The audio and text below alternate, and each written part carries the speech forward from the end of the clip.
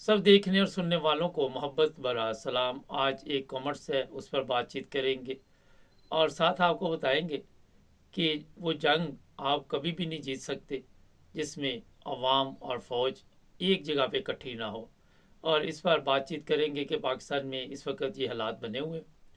सबसे पहले शुरू करते एक कॉमर्स था कि मुबारक साहब, अगर आप अच्छे इंसान हैं तो ईमानदारी से बताइए कि इमरान खान ने कौन सा अच्छा काम किया।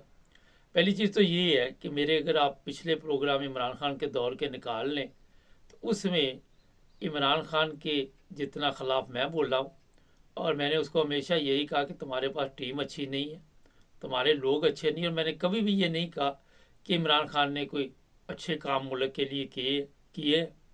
उसकी वजह मैं बता देता हूँ कि अगर इमरान खान ने अच्छे काम नहीं किए तो इतने बुरे काम भी नहीं किए कि ख़वातीन को उठा उठा के नंगा करके उनकी वीडियो नहीं बनाई काम से कम से। उसके ऊपर ये आप कह सकते हैं ईमानदारी के साथ कि लूट मार के उसने ये इंग्लैंड में कोई ये अपना प्रॉपर्टी नहीं खरीदी, दुबई में प्रॉपर्टी नहीं खरीदी, किसी मुल्क में नहीं खरीदी। ये तो आप भी गवाही दे सकते हैं ना। फिर ये भी आपको मैं बता देता हूँ कि जो इस वक्त हालात बने हुए, जो शरीफों के दौर में या जरदारी के दौर में बने, जिस तरह रिश्वत का बाजार गर्म है, जिस तरह हर जगह पे मार कुटाई, जिसको मर्जी उठा लो, जिसको मर्जी मार दो, जिसके ऊपर मर्जी मुकदमा बना दो, झूठे मुकदमे बना दो, 20-20, 50-50, वो लोग उस शहर में भी नहीं गए हुए तो वहाँ पे मुकदमे बन गए। तो ये हालत तो नहीं थी जनाब। ये तो अब अगर मेरे से ईमानदारी से आपने पूछा तो ईमानदारी के साथ आपने भी ये बात करनी।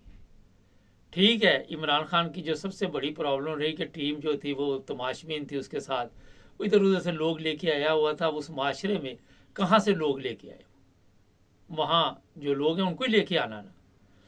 तो ये मुख्तसर जवाब है। अगर आपको समझ आ जाए तो बड़ी मेहरबानी, ना आए तो फिर मैं क्या आपको समझा सकता हूँ। लेकिन बहस ना कीजिए, क्योंकि इस एक दफ़ा ही हम प्रोग्राम में कॉमर्स बड़ी मुश्किल से शामिल करते हैं। अब आ जाते हैं आज के हालात में। फिर एक और कॉमर्स था, उसमें भी चलो मैं बता देता जी। आप वो कह रहे जी कलाम तो आप हैं।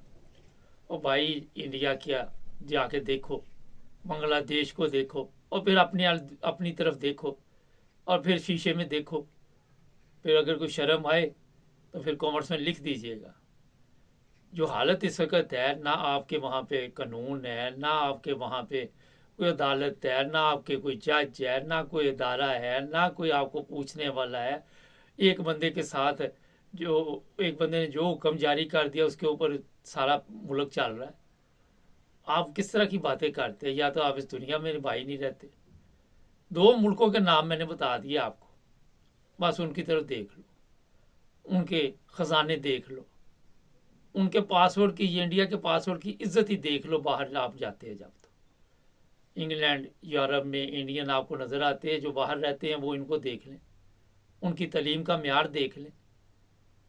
हमारा, अब मैं इसमें प्रोग्राम करूंगा बड़ा लंबा हो जाएगा। कोई केलों को रंग फेर रहा है, कोई सेब को रंग फेर रहा है, कोई अंडों को रंग फेर रहा है। पूरी कौम को किस काम पे लगा दिया हुआ।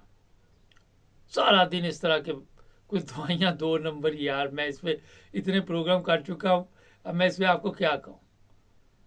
जब आपको एक सेहतमंद खुराक ही नहीं मिलनी, 2 नंबर खुराक मिलनी, तो आपकी सोच किस तरह 1 नंबर हो सकती है। ये लोग जो यूरोप में रहते हैं, कम उनको तो समझ आ जानी चाहिए कि हर काम में पाकिस्तानी जो है वो गलत काम में मुलव्वस है। अब मैं रोज़ाना वही बातें करूँगा, आप बोर हो जाएंगे। अब आ जाते जो असल मौजूद था। देखिए जनाब, मैं अपने जर्नैलों को ये आज मैसेज दूंगा बड़े इज्जत और एहतराम के साथ कि कोई जंग भी आप नहीं जीत सकते जब तक अवाम आपके साथ ना हो। आपने जंगें लड़ी ज़रूर हैं, मगर जीती आपने कोई नहीं जंग। अगर कोई ये साबित कर दे कि इन्होंने कोई जंग जीती है तो फिर हम उसको प्रोग्राम में शामिल करेंगे और पूछेंगे किस जंग में इन्होंने जनाब कोई कारनामा अंजाम दिया। एक तो ये आपको मैं बता देता हूँ। दूसरी बात ये है कि जो जंगें हुई और वहाँ पे जो गलत काम फौज पे इल्ज़ाम है, इल्ज़ाम क्या सबको पता है, उससे फिर सीखा कुछ नहीं। होता ये है कि अगर आपको किसी कारोबार में नुकसान हो जाए तो फिर आप दूसरी दफ़ा जब कोई बिज़नेस करते हैं, कारोबार करते हैं, तो उसमें फिर आप एहतियात करते हैं, या कोई रिश्ता ख़राब हो जाए तो उसी दफ़ा रिश्ता करने के वक्त फिर एहतियात करते हैं। कोई भी चीज़ हो, वो कहते हैं एक मोमिन 2 दफ़ा वो गलती नहीं करता।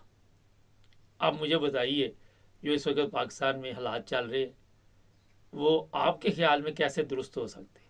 कभी जुल्म और सितम के साथ भी कौमों की तकदीरें बदली हैं।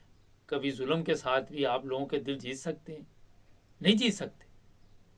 कहीं पे भी आप चले जाएं, ये स्कूलों में, कॉलेजों में, बच्चों पे जिस तरह मर्जी आप तशद्दुद करें, जिस तरह मर्जी बच्चियों को उठाए। इससे पहले जब से दुनिया बनी है उसकी तारीख देख ले, ख़वातीन पर, मर्दों पर, आपके जो बड़े थे, मैं इसलिए बड़े कह रहा हूँ कि वो नस्ल का फ़र्क पड़ जाता है ना। जो अच्छे लोग होंगे उनकी नस्ल भी अच्छी होगी, वो कभी भी जुल्म नहीं करेंगे, हमेशा रहम का ख्याल रखेंगे, हमेशा वो उनके दिल में रहम रहेगा।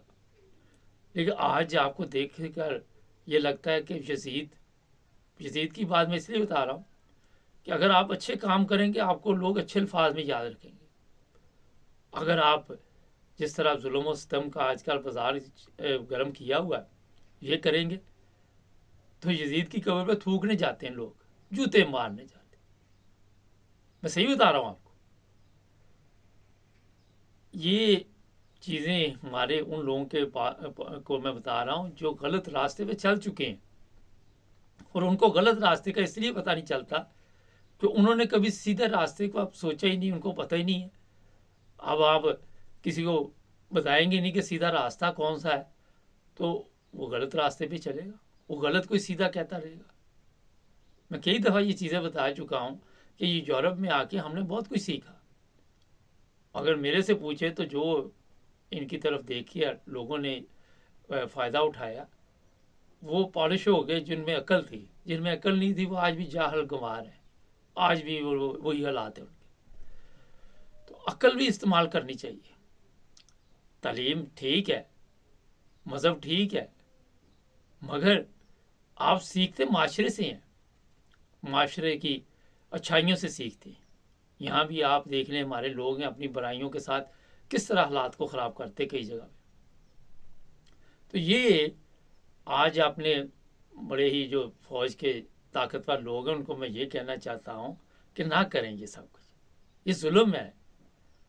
क्या होगा आपके ज़हन में होगा कि ज़िया की तरह 8-10 साल में खींचूंगा, बाद में ज़िया की तरह अगर कोई ऐसा हादसा पेश आ गया तो फिर चले जाएंगे दुनिया से। फिर जिस तरह उसे जिल्लत और रसवाई के साथ लोग याद रखते हैं, क्या मिलेगा आपको? या आप रिटायर होकर किसी और मुल्क में चले जाएंगे। अपने बच्चों का मुस्तकबिल संवारते संवारते चंद जर्नैलों ने 24-25 करोड़ अवाम का मुस्तकबिल जो है वो तरीक कर दिया। तो ये सोचे, ठंडे दिमाग से सोचे कि लोग उन्हीं लोगों को इज्जत की निगाह से देखते, मरने के बाद भी तारीख जो है वो हमेशा याद रखती है, वो उनकी नस्लों को याद रखती है। आज मुगलिया दौर के जो लोग थे जो अच्छे थे उनको भी याद रखा जाता है, जो तमाशबीन थे उनको भी याद रखा जाता है। फिर माँ बाप के ऊपर लोग कहते हैं कि जनाब ये किस तरह की औलाद पैदा की हुई है, फिर आपकी औलाद के ऊपर लोग आवाज़ उठाएंगे। तो इंसानियत सीखे, सबसे पहले अखलाकियात सीखे, वरना आपसे पहले बहुत बहुत फिरौन आए, यजीद आए, हलाकू खां आए, चंगेज़ खां आए। वक्त तो गुजर गया, जुल्म के साथ भी गुजर गया, लोगों ने बर्दाश्त भी कर लिया। ख़वातीन ने जिस तरह आप लेके वो सनम जवेद को घुमा रहे हैं, एक खतून के पीछे लग के आपने पूरे मुल्क को दाव पे लगाया हुआ है, ना करें। बड़े बड़े कजाबर बादशाह, बड़े बड़े लोग जो है वो दुनिया से चले गए, लेकिन लोग उनको ज़िल्लत के साथ आज भी लिखती है और थू थू करती है। नहीं, बहुत से लोग हमारे जो हैं कॉमर्स में ऐसी चीज़ें लिख देते हैं। थोड़ा सोचा करें, थोड़ा दिमाग पर जोर दिया करें, रोशन ख्याल हो, थोड़े अपने आप को चेंज करें। अपने आप को कुछ ना कुछ देख के सोशल मीडिया से कम वहाँ से आप चेंज कर लें। चैनल को सब्सक्राइब करें, जुड़े रहें हमारे साथ।